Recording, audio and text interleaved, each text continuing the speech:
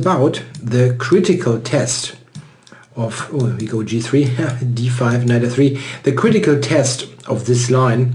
This is the capture on c4. Black can take on c4 right here or one move later. One thing I should say is that this video is probably the most complicated in the whole series. It's probably advisable to watch it more than once or kind of go through it in detail, because it's really about some very sharp lines at times. If you happen to totally dislike that, I mentioned many alternatives in the intro video to c4, c6. So black can take here, or he can take after knight f6, bishop g2, and then, and then capturing. This is by far the more common way of doing it, and a little bit different to other videos in this video series. I'm going to start with the capture on move 4 and then work my way back to move 3, because the capture on move 3 is like 95% transpositional, and I don't want to look at like 20 lines and say, okay, this is a transposition that's going to transpose and so on. So I'll show this line and then make a short detour what might be different if black takes one move earlier. So black has grabbed this pawn, and I have to be quite honest with you, he will quite often keep it, or we will play b3 and make a full gambit out of it. I think the best move here is to castle. White has tried other things, knight a3, queen c2, but I think castling is best. And now black has an extremely wide choice. We will look at exactly 6 moves, and this makes it, a bit irritating at times. it's just lots of things that black can do. So what to start with? The main move is knight b to d7 in order to try to play knight b6 to keep the pawn like that. This is what we will check last. What else? We have pawn moves, we have piece moves on bishop moves. Let's start with the most principal pawn move. This is b5. Black just tries to hold on to this c4 pawn. Against this, there's a traditional main line, which I'm going to cover here, as well as a somewhat simpler alternative. The move a4 is that mentioned traditional main line. Black now goes bishop b7 and white plays b3. This line was always believed to be better for white, because after the capture on b3, which seems very logical, queen takes, it was believed that white has more than enough compensation for the pawn. This is, I think, still true.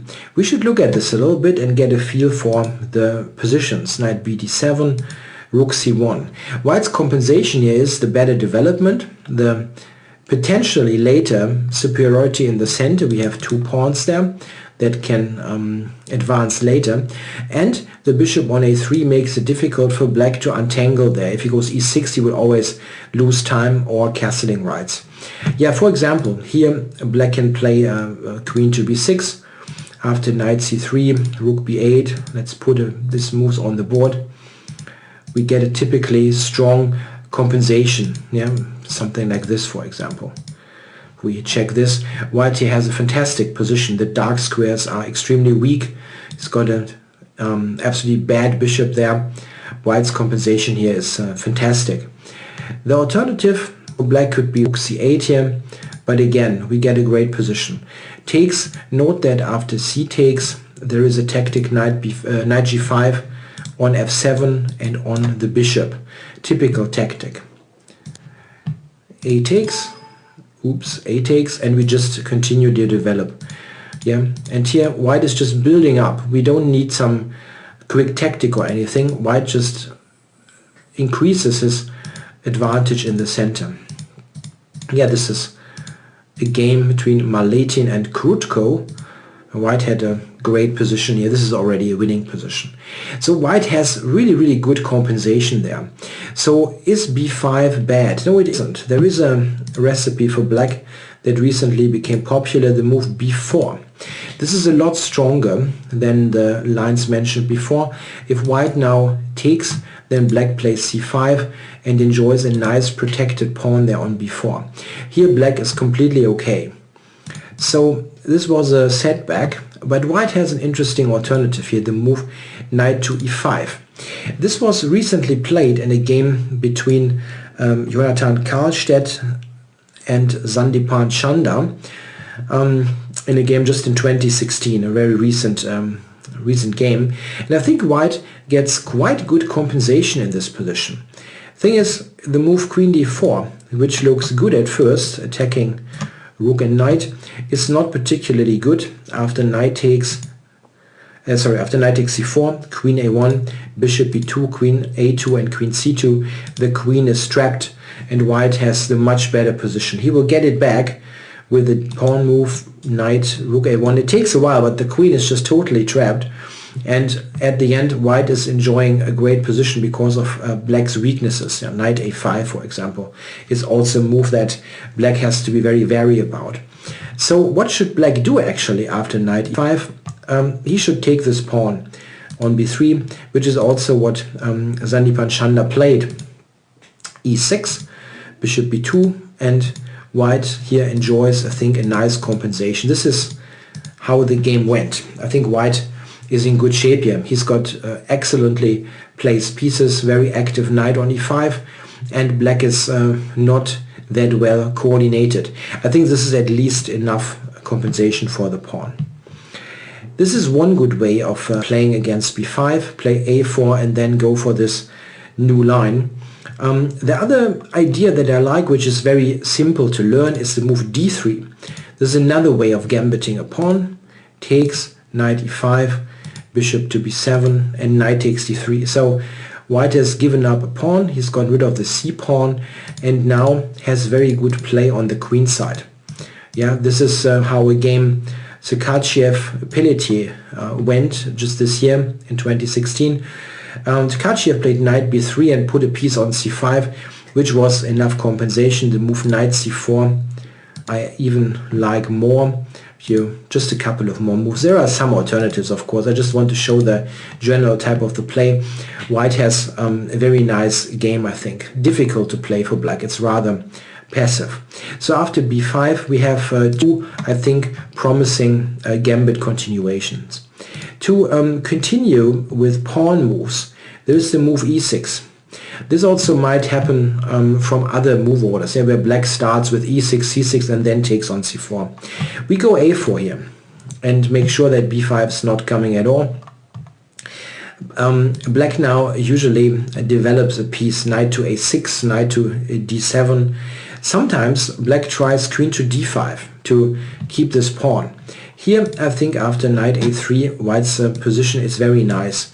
Yeah, for example, after knight bd7, knight to e1, we attack the queen moves, and now we have the strong move d4. This is a motif you should remember. Also d3 would come to almost the same thing. After taking, knight takes, queen back. It doesn't have many good squares. Queen e7 looks ugly, but the other squares are even worse. After e4 now white has again excellent compensation for the pawn. The knight will come to c4, this e5. I mean, this is just a good position.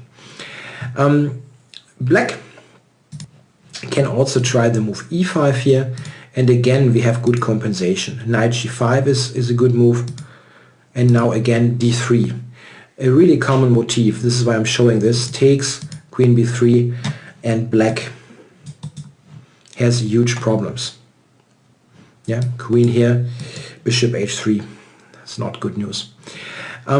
It's pretty dangerous, those queen d5 ideas, but they are played quite a bit.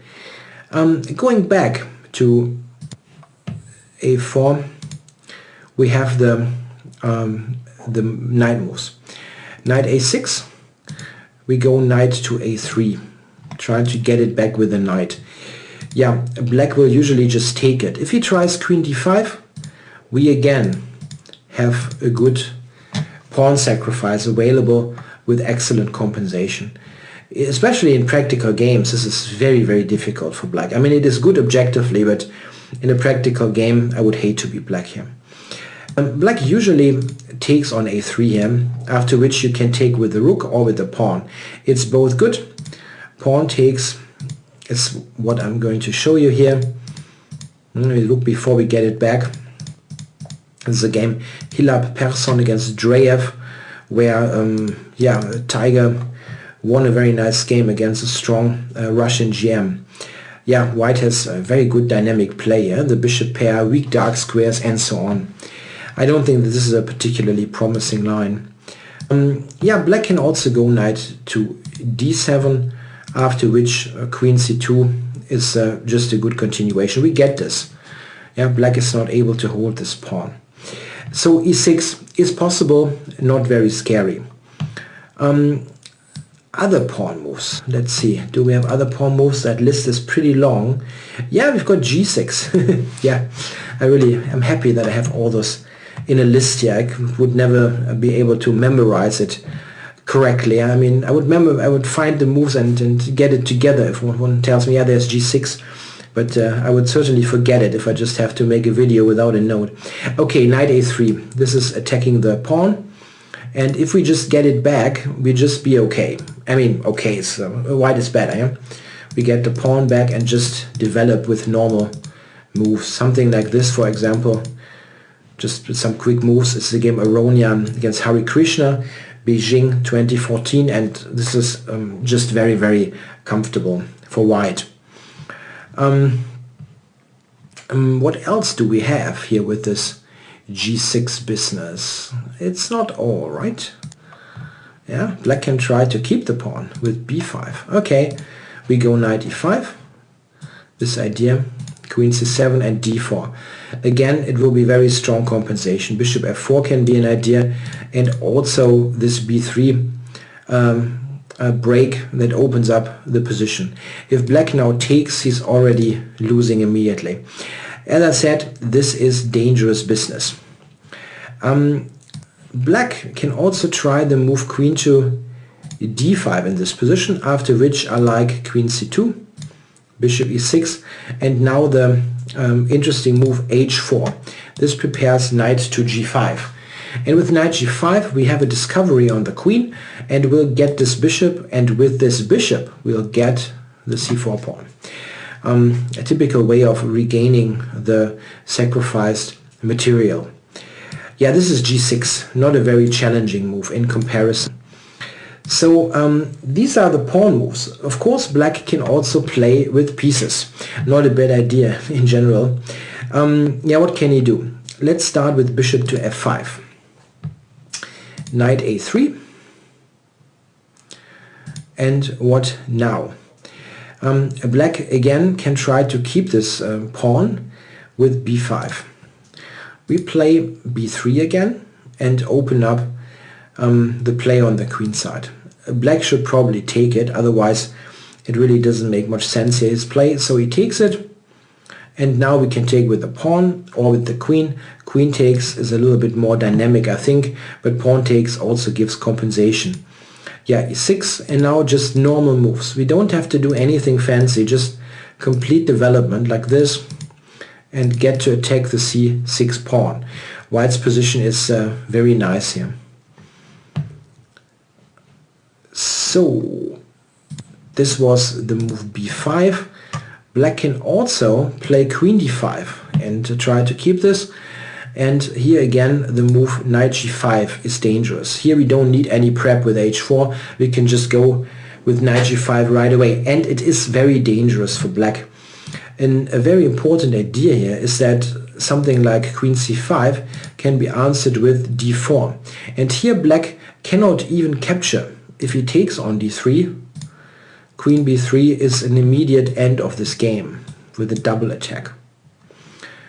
So if he cannot take, what is he supposed to play? Queen b4, for example.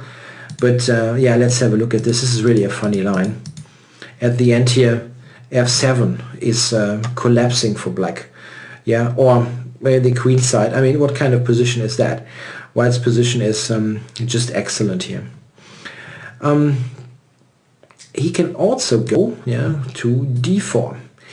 By the way, I'm not expecting you to learn all this. Yeah, this is not realistic, but it's good to have seen the lines so that you have a far better chance to find the moves when you are in the actual game. This is often completely misunderstood. People don't learn every move by heart, and it's just like, okay, I know this, but we rather often piece the things together over the board, and this is why looking at them at least once makes sense. Again here, it's a typical motif. It's probably not so, it's much easier to find if you know the idea. D3 takes queen b3. Again, we have those two pawns attacked with great effect.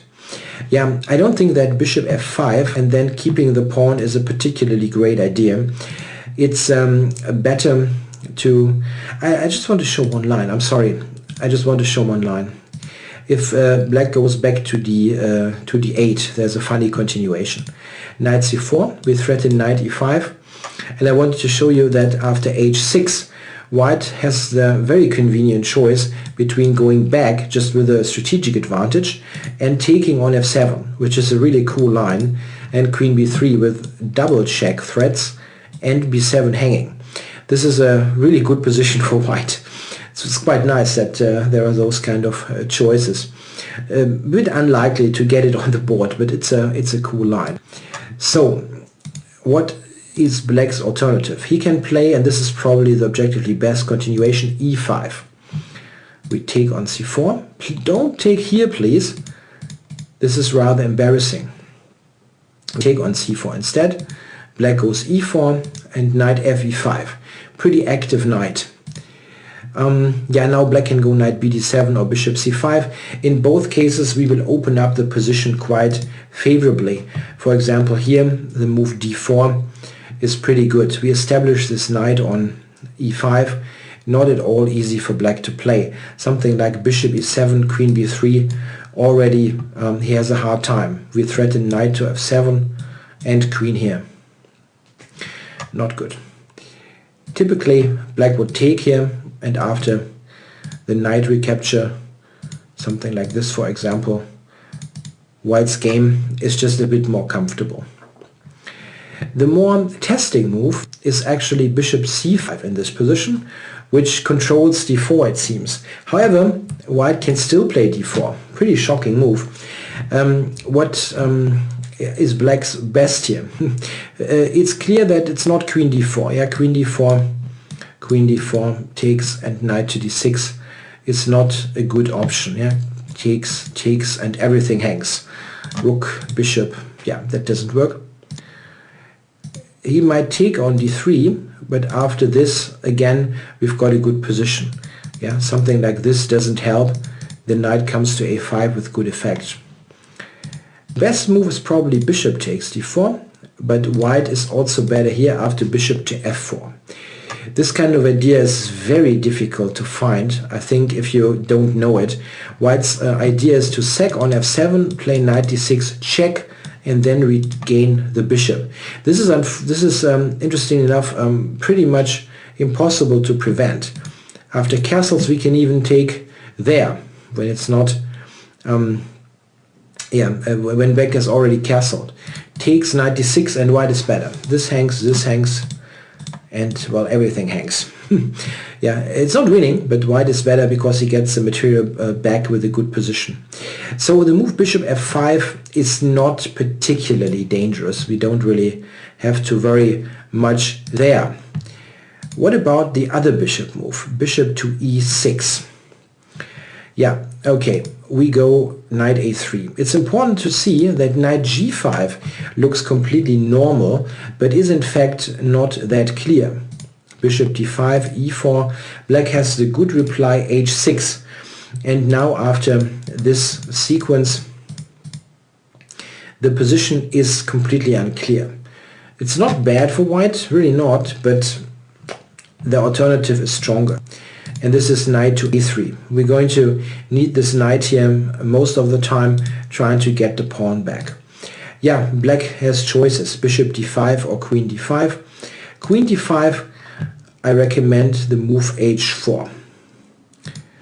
This is a really interesting idea that I hadn't really seen that much before I studied this here for the video series. White is better here. The idea knight g5 is very difficult to face. Something like, let's say, knight bd7, knight g5, queen d6. We're going to play d4, intending bishop f4. This is a fantastic compensation for white. Yeah, I really, well, I mean, black players, they sometimes stumble into that. Yeah, they don't really willingly say, okay, I'm going to snatch all those pawns and hope I'm not getting killed quickly. Really, really dangerous. After h4, black can also try g6, but again, the compensation is very, very good here. For example, here knight g5, queen d7, queen d2, queen c2, and we'll get this back here. Here white enjoys a slight advantage. Yo, this is pretty nice. A bit better is the move bishop to d5. Instead of queen d5, we go queen c2, and after b5, we again get into sacrifice mode. Our compensation again will be very, very nice, and we don't need to do anything particularly fancy. Just normal moves will do. Something like this, for example, is an excellent compensation for white. At least I would definitely like to be white in this position and not, yeah, black defending without having anything developed. Yeah, it will always be a good compensation. So this is bishop e6. It's not particularly critical, but again, a line where we have to sack a pawn, but we'll get very good play for it. So knight b7 is the main move. We go knight a3. Queen c2 is also an option, but this is good. Knight to b6. Black wants to keep it. And now my recommendation is knight to e5. The move queen c2 is also very okay. But I like this one. It's a little bit easier maybe to learn. Here black usually plays bishop e6 to keep the c4 pawn. The move queen d4, which looks very critical at first, isn't all that good. I mean, it's not that bad either, but it's not as good as it seems, as black is not keeping the pawn. White can take, black takes, and queen a4. This is a funny trick. Yeah, this pin here wins the piece back. For example, after bishop e6, white is able to take and play bishop b5. He will win this piece back with very good play. Black can try to just yeah, give it back, of course, but this is yeah, just a bit better for white. This is a game Yakovenko Potkin from 2014. Black usually just plays bishop to e6. This is also the move that usually goes for after queen c2. So it's the usual choice. Queen c2. We want to get this back. Yeah, and if black now does not try to hold the pawn, then we will just have a slight advantage without any issue. For example, after g6, takes. And here, normal moves there. White takes the center now. White is better. This was Karjakin Kramnik, Zurich 2015. I think it was a rapid game or a blitz game. Anyway, white is comfortable here. Yeah, Kramnik just wanted to have a simple position, I guess, even though it's pretty clear that he has not equalized at all here. The most critical and common move is queen to d4, which basically almost traps this knight. White now will have to react with strong measures by taking on c6. I want to mention a very rare alternative, the move h5. I was quite surprised to see that this is a somewhat playable move. If white now takes on c4, black gets h4 in, and this is not all that bad. So easiest is after h5 just to play h4 and just play just as in the main line with those moves inserted. This should on a theoretical level favor black slightly, as the h-rook might have some idea to get out. Yeah, I mean, it's not very likely to happen, but white's h4 is not helping at all. And if white goes with a later f3, e4, g3 might be weakened. So an alternative isn't bad to have, And actually after h5 you can go h4, queen d4. Instead of taking now, you can also go knight f3, which is not such a bad idea. Yeah, after queen e4, queen d1. Yeah, knight g5 has gained in strength now that h4 and h5 is played. This is an interesting alternative. I don't want to analyze this now. I looked at this a bit. I think it's interesting for white, but h5 is such a rare line that it's not worth discussing here in detail. They all go queen d4. Yeah, and now we don't have an alternative. We take on c6. Takes, bishop takes with check. Yeah, and now it's black's choice. He has to interpose something or move the king. I think king d8 is probably the best move. The other ones are worse and very dangerous for black. Knight f d7, we take, and he recaptures with the knight. The best continuation here is d3, trying to open up the position. Black cannot take, yeah? Please take note of this. And probably will play bishop h3 or knight a b6. Some normal moves like bishop h3, they can lead to problems very, very quickly. Here d takes c4 is a strong move. Bishop takes, bishop e3, and white takes. So white is a piece down here for 2 pawns, but black has a really bad development. He has not castled, the knight is on a8. After e6, white has a strong move c5. And here black has huge problems. Knight c4 is coming, and black cannot take on c5. Something like this is going to be punished with b4. So here white is in excellent shape, really. It's it's an excellent attack.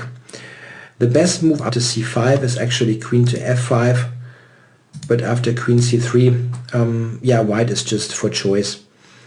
The move bishop h3 is probably not that good.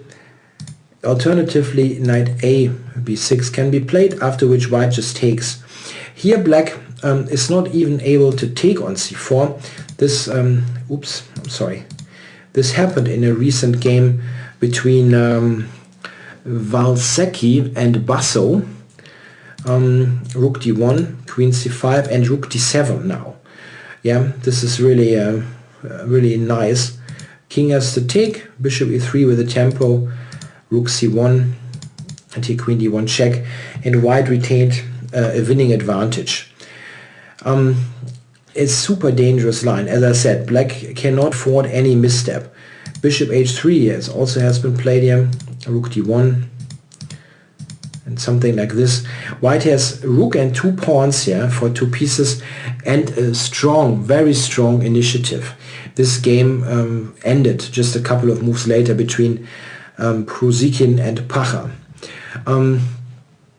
I think in comparison, the move, if we go back, yeah, that was knight d7. The move bishop d7 is a little bit tougher, but white is also better here. Takes, takes, knight c4. We get it back immediately here. Knight b6, we take, and now just develop. Note that material-wise, we are totally fine. This is not a sacrifice what white has done, and we have easy play because black's pieces are not particularly great. Yeah, here for example in the game Brunello Korneev, white had a fantastic position and went on to win this game. The best continuation is indeed the move king to d8. This has been played in the highest profile game, this line between Aronian and Andreikin in the Candidates 2014. I could look it up, but have to challenge your brain sometimes. Yeah, Cantimansis 2014. And I remember that Andreikin was spending huge amount of time, and I think he found it over the board, all this. Yeah, he found the best defense over the board. King d8. Okay, what are we doing? Knight b5, queen c5, and we snatch the rook. Yeah, the king on d8 is not good news for black, but still the position is totally murky. Black in fact has tried various moves. taking on b5, that was Andrekin's choice, or bishop f5 or knight a8. Yeah, we have to look at them. Bishop f5, I go queen c3, and again black can take both pieces. In both cases he will have problems. Yeah, knight takes, we check, knight c7, and now knight a7. A super funny tactic here on the queen. Takes, check, and white has a very good ending here at the end. Yeah, we look at this, 2 pawns, rook and 2 pawns against 2 minor pieces, but white's development is much stronger. He will invade very quickly here, and the b pawn is strong. Yeah, that's a good position for white without any doubt. Here black can also take this one. Here we go a4, queen back, and now just open the position. This happened in a game between Sedora and Holt, Conrad Holt, and this is already winning for white. Yeah, this attack is overwhelming. Rook c1. This is just, the king is on d8. An alternative choice here on move 12 is to take with the knight. Black off to the edge, we go a4 and now d4. Again, black is in huge danger. Queen c6, and now the strong move rook to d1. The idea is d5, push this pawn and then play e4. If black now takes this, we go d5 and e4 with a probably decisive attack. Stronger is the move king to e8 here, getting out of the d file. We return, and then we build up a center here, a big center. Yeah, it cannot be particularly great for black. Yeah, material wise, as mentioned, white is okay anyway, and black's position is not particularly well coordinated. It is notoriously murky though, so be careful. The best move is queen takes knight. This is what Andrekin played. Aronian went back, and now bishop d7. Yeah, here I analyzed a couple of lines. b3 was Aronian's choice in the game, and I think it is probably the most dangerous move. I also analyzed rook d1, a4, yeah, but I couldn't really prove that this is any better than what Aronian played. For example, I tried this yeah, to open up, but black's development here is pretty good. Ultimately, I think Aronian's continuation is best. He went b3.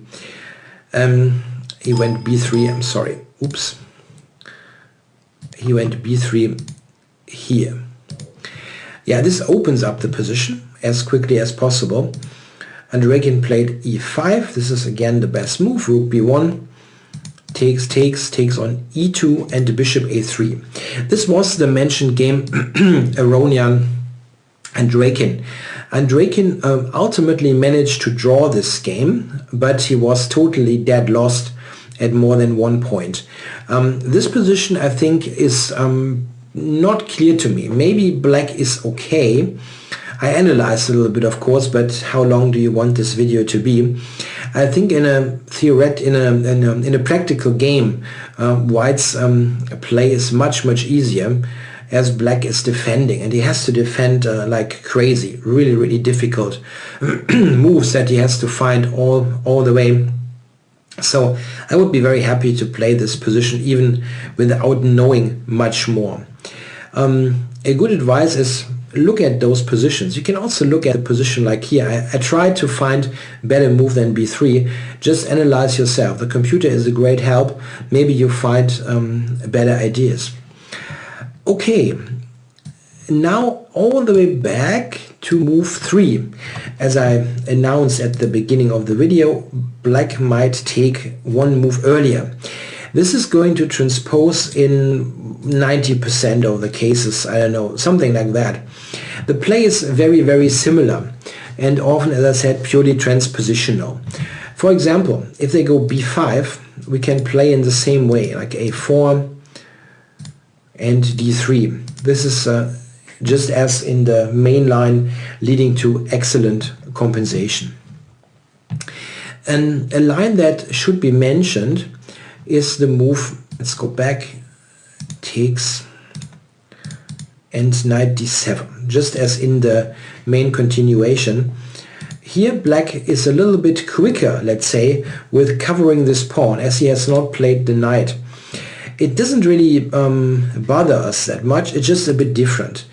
I would say that queen c2 is a good choice, queen to d5, knight f6 would be transpositional after knight a3. So queen d5, and now my suggestion is to just play b3 and make a full gambit out of that. Yeah, black will take, knight f6, knight a3, and the idea is to play knight c4 with great compensation, trying to attack this knight. Something like g6, for example, is leading to a great game for white.